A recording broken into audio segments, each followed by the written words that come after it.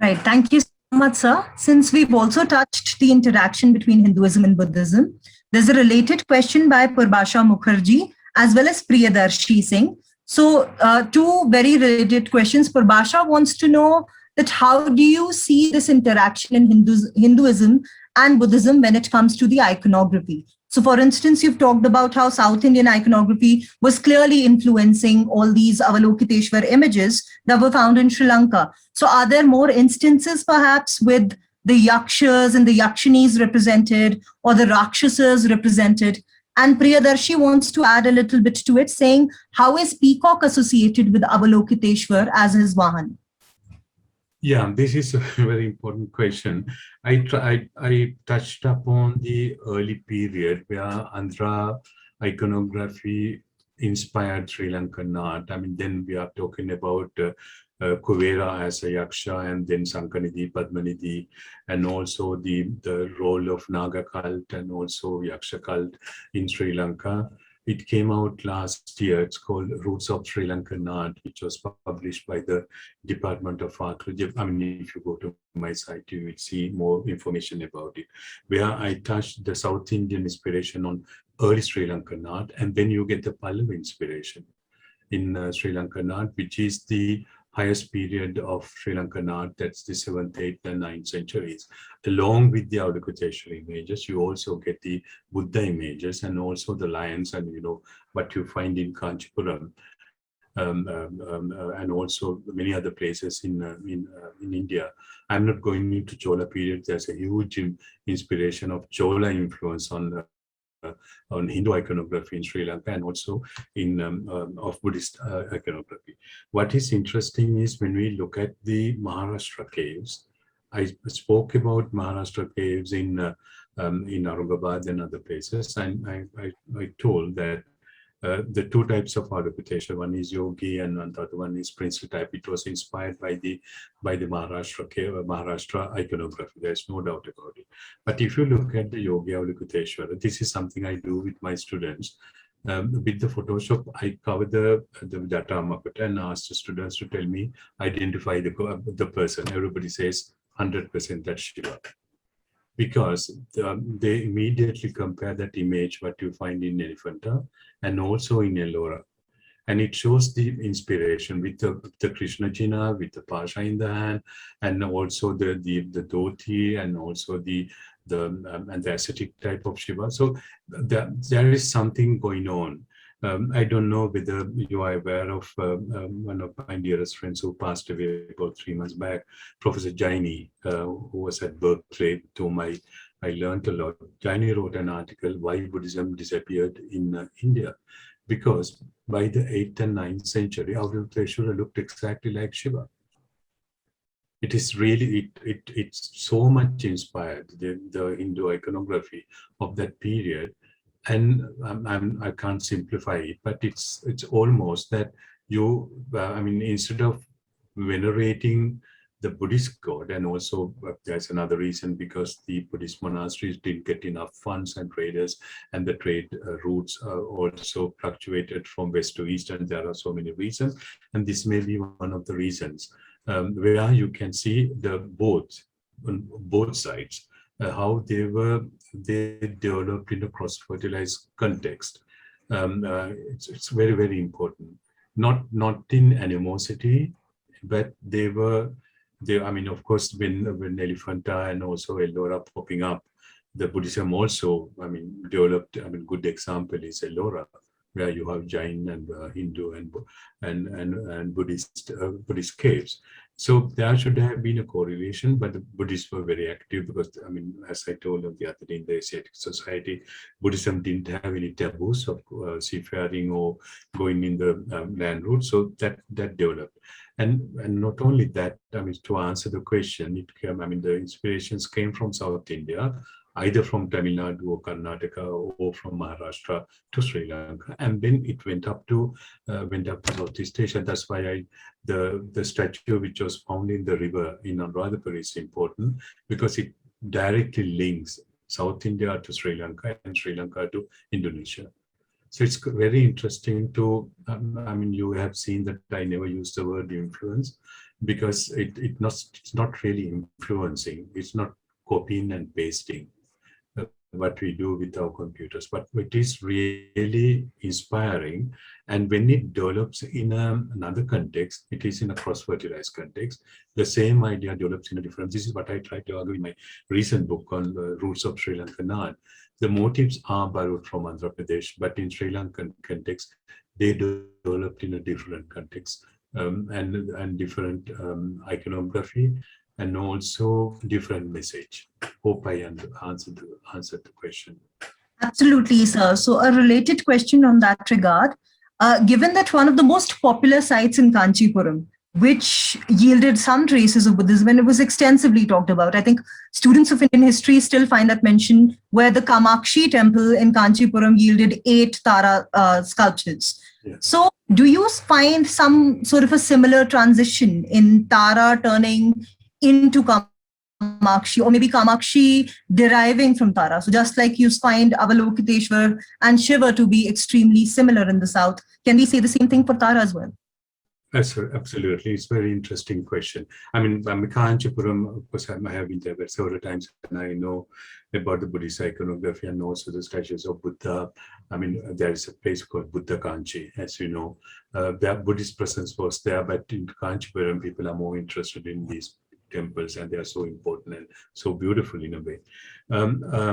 In Sri Lanka, Tara played a huge role until the Chola inspiration came in. It is because of the impact of the Patini cult. Patini cult, which is a South Indian, as you know about Patini, so what happened? There are two different things happen. What happened in India, where Hinduism absorbed Buddhism and Buddhism disappeared. What happened in Sri Lanka is Buddhism absorbed Hinduism and converted those gods into Buddhist gods. So if you go to a Buddhist temple in Sri Lanka, you find the Buddhist temple, and also you find the temples in honor of Kartikeya or Shiva or Vishnu or Ganesh, and also Patini. So Patini, who looks like Tara, replaced Tara. And it's very curious, the Avalokiteshvara cult continues even up to today. If you go in July and August, the full moon day, to Sri Lanka, not this year because of the pandemic, but normally there's a procession of the tooth relic of the Buddha that they take. I mean, not the original, but the replica on the elephant back. And after the procession of the temple, the second one is the Nathadeva. It is Avalokiteshvara, who is now venerated as a god. And then you get Patini, and then you get Kartikeya, who's called Katargana. So it's a very interesting thing how these gods entered into the Buddhist culture. So that's why Tara disappeared. Although Avalokiteshvara survived, all the other bodhisattvas disappeared. Avalokiteshvara survived because he was promoted to the grade of Nathadeva, and so Patini took the place of Tara in Sri Lankan Buddhism. Thank you so much, sir. So since we're talking about relationships, Dipanshu Shekhar wants me to ask, was the prevalence of the idea of Samudra Langan one of the principal reasons behind origin of Avalokiteshvar being venerated by traders and mariners for their security? Yes, I mean, as I recited the story of Vajrabodhi from the text, there are so many references to Avalokiteshvara, not only the Saddharma Pundarika, but also other texts and also inscriptional evidence, where you get the Avalokiteshvara as the protector. So it really originated in India. That's the reason why I showed the Ekadashamukha Avalokiteshvara image, how it was diffused in the northern Silk Road, the land route in China. Same thing with the Ashtamahabhaya, which also traveled. So as Buddhism originated in India, the Buddhist iconography also originated in India, and then it got diffused and it traveled. I mean, the correct word is it traveled in different contexts. So the Avalokiteshvara as the protector of mariners, it started in India. right? The Vajrabodhi stories, I mean, Avalokiteshvara appear in front of him. This is what the text says. And then you go to Sri Lanka, and then you go to Tang dynasty and convert them into Mahayana Vajrayana Buddhism. Yes. Thank you so much, sir. So quite a lot of you have asked us about Tara. So a lot of questions, sir. Whether Tara was the female bodhisattva, could you call Tara the female bodhisattva? Or could you talk a little bit about Avalokiteshvara transiting into the female Guardian in China? Or whether Tara replaced Avalokiteshvara as protector of mariners in trade later on? Yes, I mean, there are many things in that in that question. One thing is the evolution of Avalokiteshvara into Guanyin, which is the Chinese version of, which is a female form of. I mean, I prepared the PowerPoint with those images taken from China and Japan and other places, but I thought, I mean, this is going to last for 2 or 3 hours, so I took them out. But next time I'll show the images. Of course, you may have seen where it's a beautiful image of a female Avalokiteshvara as Guanyin, who is looking also at the humanity, but less pronounced breasts, but the female figure, but Amitabha in the headdress. But in that context, Guanyin is not Tara, Guanyin is Avalokiteshvara, no doubt about that. The veneration of Tara as the consort of Avalokiteshvara, I have to tell frankly, I am not the best expert on Tara, because it's a very, I realized when I was at Berkeley, listening to my own students, the complicated subject, especially when it comes to Nepal and Tibet, and also to China. But I'm comfortable in talking about the early period, which is the 7th, 8th, 9th century, where you get the Tara. I mean, Tara appears many times next to Avalokiteshvara as the consort. I mean, what we saw in Budrogala, and also the beautiful Tara image, which is now in the British Museum, and also the Tara images which were used with the Vajra, and also the plaque which was imported from Maharashtra, which was found in the Abhigiri Stupa. So at that time, Tara, it's very difficult to say whether it's a green Tara or the white Tara or the category, because the painting and everything has gone. But it's one of the earlier, ask the specialists, these are our earliest forms of Tara that you find. And the one in the British Museum, of course, it's gold-plated. So out of it, it's very difficult to say. Even the Jata has lost. Normally, there should be a stupa that's lost. It can be also a gem. But anyhow, as I said, the Guanyin continued, and it continues still in China, and also in Japan and other places. Japan is still venerated as as Guanyin, as a female form of Avalokiteshvara. But Tara disappeared in Sri Lankan culture with the coming of the Cholas to the country. Yeah. Sorry, I'm trying to find the Tamil name for Pattini. It escaped my mind. The woman who became a goddess who destroyed Madurai because to take the vengeance for the husband. Somebody can help me, but it will come. That's called Pattini, who came from South India. Yeah, I did not expect the question, so it doesn't come to, but it will come. It will come. Yeah, that's all right, sir. So Simran wants to know: could you also elaborate more on the role of Tara in terms of maritime trade? Yeah, as I said, she's there as the protector. The most important one is the one which was found in Odisha, which is in the Ratnagiri Museum, now found in the Ratnagiri site, where you have the Ashtama, where Tara. It's not Avalokiteshvara who is in the middle, but it's Tara who is in the middle. So it shows that Tara also played a role in protecting the traders. Otherwise, it should have been Avalokiteshvara. So Tara played a role. And also, as I said, if you look at all the Maharashtra caves, where Avalokiteshvara is depicted, it's very seldomly he's alone. He's always with Tara, and different. The one that I showed you, you have 2 Taras on either side of Avalokiteshvara in Ellora caves, and also on the wall on our right-hand side, there are about 10 depictions of Tara.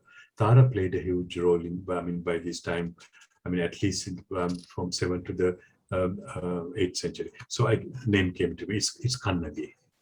Kannagi in Tamil Nadu. So she came to Sri Lanka from with the Chola inspiration, and then she became Pattini. And even today, Pattini cult, the book wrote by Gananath Vesekara, Pattini cult in Sri Lanka. And still there are processions, there are temples in his name, in her name. So there are no temples in the name of Tara. There are temples in the name of Natha, which is Avalokiteshvara, but the Tara was replaced by Kannagi and Pattini. So Tara's role as the protector, it was there. It's not as important as Avalokiteshvara, because Saddharma Pundrika very clearly I didn't read everything. If you read chapter 25, it very specifically states what are the difficulties, what are the fears or the perils that the trader would encounter when you take the land routes or the sea, and he's there to protect you. So that's very obvious. And Tara also had this role as a protector of the good people, and also protecting people who venerate her, and also the cult existed. There's no doubt about that. Yeah. Right. Thank you so much, sir. So Rutuja Sahasrabuddhi wants to know, all Buddhist complexes, even in Andhra Pradesh or Southeast Asia or the Middle Gangetic Valley, are linked with rivers. Same for Sri Lanka, for that matter. Is there any specific reason as to why? Yeah, because I spoke about it last time in the Asiatic Society talk. The reason is the fluvial trade is less expensive and less dangerous, right? Normally the ships, they go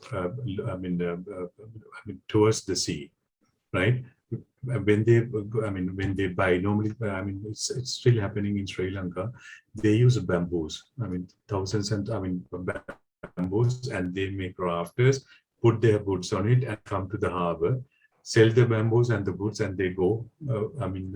Take the land routes to go there. So, or else you can have the real boats going upstream, because there were so many found in India and also in Sri Lanka, especially during the Pattinam excavations done by my colleagues in Pattinam in Kerala. They found such a boat, and in Sri Lanka also they found such boats. So boats were there, and also you can drag the boats if you want to go upstream, right? So that's less expensive and less dangerous.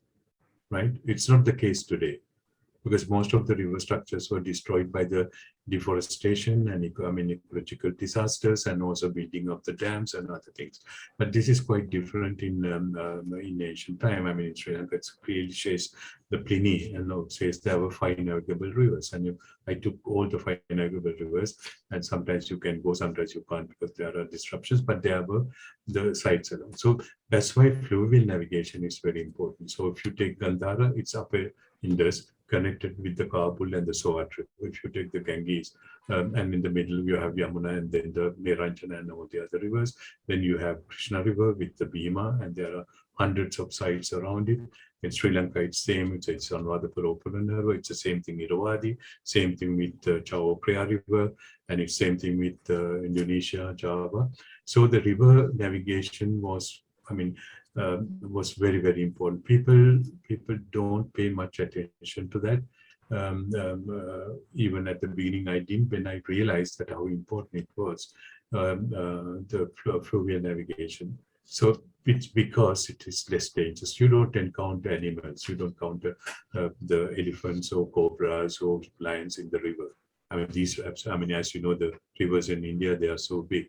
And if you take Indus River, at Jhelum, the river is about 1 kilometer large, so elephants can't come into the middle, or the lions. So it is less, and you don't have to pay anything. No, you don't need them to burn. Like oil or something, because you just follow the river. You go downstream, and you reach the seaports. Thank you, sir. So quite a few questions about the Godwaya shipwreck. Simran wants to know, there was glass ingot from the shipwreck. So has there been any more compositional analysis study done on those ingots since their discovery? Yeah, many analyses were done by my colleagues in France that we analyzed, we took the samples with the permission of the department. I mean, it was a joint project with the Department of Archaeology, and we did a lot of analysis. The biggest problem, didn't talk about it because it's not the, I mean, it's not the period because it's much earlier. The presence of vanadium in it was the biggest problem. I mean, there were glass making furnaces in Sri Lanka. One of my students now is now working in Germany. She's going to excavate those. So we might find, but for the moment, from our analysis, the closest samples came from South India. The most of these places were excavated by my good friend K. Rajan, who was at the Pondicherry State University, with whom I worked a lot.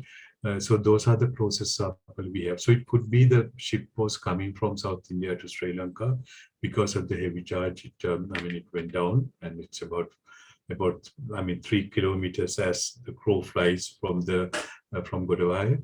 And also we analyzed all the iron and the copper bars, and also the grinding stones. And there were many other artifacts. Unfortunately, we had to stop the excavation for financial reasons. I'm sure my colleagues from the Texas A&M College Station in America and the Department of Archaeology will do further excavations and find more things. That is very important. I mean, this is the oldest we know so far. It doesn't mean there aren't any at the moment. There should be many in Gujarat. There should be many in Maharashtra area, and also in the Tamil Nadu. That's obvious. Yeah. Right, thank you, sir. Divyang Saxena has a related question, which goes, could you tell us about the results of the carbon-14 analysis from the 3 wood samples of the Godawaya shipwreck, where the images of Avalokiteshwar were found? Yeah, the Godawaya shipwreck is 2nd century or the 1st century BCE. But all the images that we found images of Avalokiteshvara cannot be dated before the 7th century. So, only point I spoke about Godawaya, it was an ancient seaport and the river link. The samples were taken there was an Indian team working, and also they took samples and they examined them in India. I took some samples and came to France, and they were analyzed by a laboratory in Lyon. And the other samples, my colleagues from the College Station, Texas A&M, they took, and they were analyzed in the Beta laboratory in Florida. So all the 3 samples gave the same date. So if you take plus and minus, we are very comfortable with the 1st century BCE.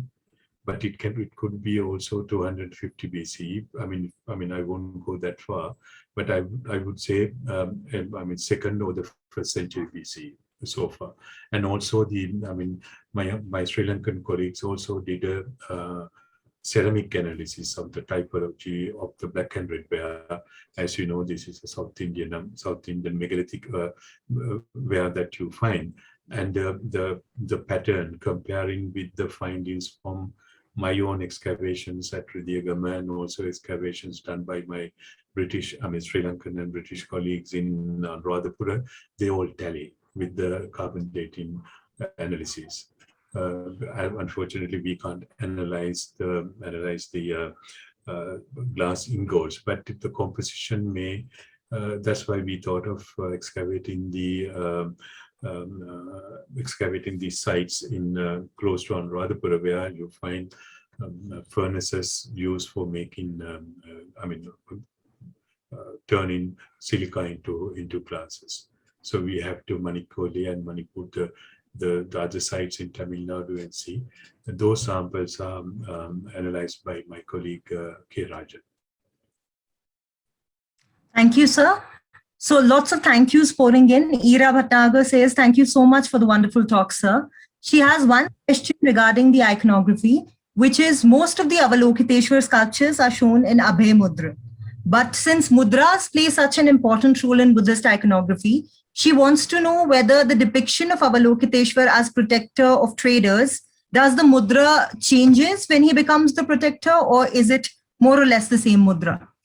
Oh, there are many mudras. The commonest one in Maharashtra, the one that I showed you, all the Ashtama Abhayas, they have the Abhay mudra. That's why it's called Abhay, Ashtama Abhaya. Giving protection. So that's something very, very clear. Sometimes Avalokiteshvara has Varada mudra, which is the imitation. And in Sri Lanka, it's very rarely you get Avalokiteshvara images with the Abhay mudra. It's Katakahasta and the Vitarka mudra. So, it's the Vitarka mudra, the argumentation or teaching. This is his role. The other one is the holding the lotus flower. So those are the commonest mudras that you find in Sri Lanka, which are not very common in Maharashtra. In Maharashtra, even the two, the both I showed in, the both princely and ascetic bodhisattvas from Aurangabad, they are not with Kataka and the Vitarka mudra. So it depends on where you are, and also it changes when you go to Myanmar and also Thailand. And I'm sorry in a way that I call these countries Myanmar, Thailand, and Burma. They never existed in those geographical zones. It is just one place where you find so many river patterns, right?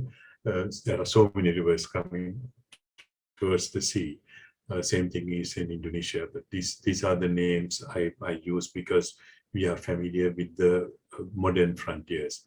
Those modern frontiers did not exist in the ancient times, at least the time that we are talking about.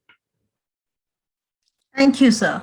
So the Tarak Datta says, and he's taking us back to the relationship between Avalokiteshvara and Shiva images in Western Maharashtrian rock cut caves. He says, is there a possible reason why these are iconographically so similar, or is it just coincidental, or they were remotely related to one another? So what's your take on it? It's a very difficult question to answer. We can observe what is happening, right? Now it's the same thing, for example, Donian, who did the PhD in Harvard University about the Avalokiteshvara images of Sri Lanka, and he compared the Yogi Avalokiteshvara with the Trimurti temple in Tamil Nadu, in Mahabalipuram. The Trimurti temple where you have Shiva, Brahma, and Vishnu, and he was comparing the Shiva image with the Sri Lankan image, right? To a certain extent, which is true. You get the same aspect. But if you take the Maharashtra samples, I think for the moment I'm the only person who is saying that, and I'm not afraid of it, because you get both types in Maharashtra caves, the princely type and the yogi type. It's not the princely type which was much inspired by Hindu iconography of Elephant and Ellora and other places. It's mainly the yogi type, because Shiva is, if you look at the Shiva images in Maharashtra and many other places, Shiva is a yogi, right? So he is mainly shown as a yogi. Even in the Kalyana Sundaram, with Parvati, the wedding. Even there he has this, the Jata Makuta and everything. So they must have used that to show the ascetic nature of the Avalokiteshvara. So if you ask me the same question, whether it really inspired the princely type in Sri Lanka, I would say no. Because the princely type in Sri Lanka is really princely. His jewelry has got so many, about seven necklaces and earrings and Makarapunda and all that. So it's always very, very difficult to answer such a question. But sometimes we have to be content with our observations. And even if you observe, it's a great achievement. And beyond that, I might not go very far to make a theoretical analysis of it. But what I see is that the Yogi Avalokiteshvara type is absolutely almost like a carbon copy of the Elephanta type or the Maharashtra and other places of the Shiva, where that Shiva you find in the Maharashtra caves. That's absolutely that. Only difference is the presence of Amitabha in the Jatamakota, and also the fact that he's holding a lotus flower, which is, of course, I mean, more relevant to Vishnu than Shiva in the Hindu context. Right, thank you, sir. Diptarak also has another question, which is, do we have evidences of portable images of Avalokiteshwar or any tablets, considering that he was considered to be a protector of travelers and traders? Oh, yeah. So do we have anything of that sort? Oh, yes, absolutely. The statues I showed, but I didn't show all of them that came from Tirihaya. Certainly, they were there. You get the prototypes in Bihar, right? Nalanda and other places. I mean, the statue is about this much, right? Right. So you can carry that statue, and they are also lost wax. So so it's not very heavy. So they can carry those statues. I'm sure they carried them. And also, like the early period when the Buddhist traders came from Andhra Pradesh, they came also with the votive tablets or votive reliefs that were found in both the shrines, which I published in my. I'm sorry for doing publicity, but for the book, I mean, I don't get a single cent. It was published by the Department of Archaeology, where I showed the reliefs imported from Andhra Pradesh. So they were taken by the monks, not only monks but also the traders. And the other thing is so they have to come from, most of them were made in Sri Lanka, some were imported. And like the statue that I showed from Chika, which was found in the southern tip of Sri Lanka, Dondora or Devundara, which is also mentioned in Greek and Roman literature, which came from Cambodia, which is a Khmer statue. So it is a portable statue. And the other important thing is these statues were used for Abhisheka ceremonies, like in Ratabuko in Java. That means it is very popular Vajrayana esoteric tradition where you take the statues and you do the Abhisheka ceremony with those. So for that purpose, you need to have portable statues. You can't carry huge statues for that, right? Of course, the Linga Puja is a different one because it's static, but these statues were moved from one place to the other. So yeah, I mean, that's the answer to the question. So they were portable statues, and they must have taken them. I am sure this is something that Lou Lancaster, whom I admire beaucoup, sorry for using the French word, admire much. He's the one who launched the whole project. So he insisted upon that, why so many monks were traveling with these traders. I mean, there were no ships those days for the, like today, only for the tourists. They didn't exist. So you have to take a cargo ship whenever you want to go somewhere. So the traders were very happy to have a monk with them, because the monks will protect you, and those monks were depending on the beliefs of the period. They could be Theravada, they could be Mahayana, they could be esoteric, they could be Vajrayana. And so these monks certainly had these portable shrines with them, right? So these monks protected the ship. I mean, unfortunately, with Vajradip, he protected only the ship where he was. But the traders would have loved to have monks with them. And the other reason is that they could speak languages, which is not the case with the mariners normally. I mean, they would have, I know in India people speak at least 3 or 4 languages, but monks would have spoken more languages. So it was a blessing for them to go with them. Thank you so much, sir. So we have a few more questions, but I do not want to exhaust you at the same time. So if it's okay, can we take one last question, perhaps? Yeah, you can go ahead. Yes, please. So Kush wants to know if you could throw some light on the Buddhist site of Rajagala in Sri Lanka. Rajagala? Yeah. This is a gentleman or a lady? This is a gentleman, sir. Yeah, but so has he been there? Yeah, I'll tell you why I asked this question. I mean, you don't have to answer. If you are referring to the Rajagala, which is in the yes, so he has been there. So this is, I mean, of course, first excavated by Parnavitan and others, and recently by the University of Javardhanapura. I did some TV programs on Rajagala. It's a very important one. Those days we couldn't go. Now, of course, we can take a vehicle and go to the summit. Those days we have to climb up. It takes about 3 hours for you to go up and 3 hours to come down.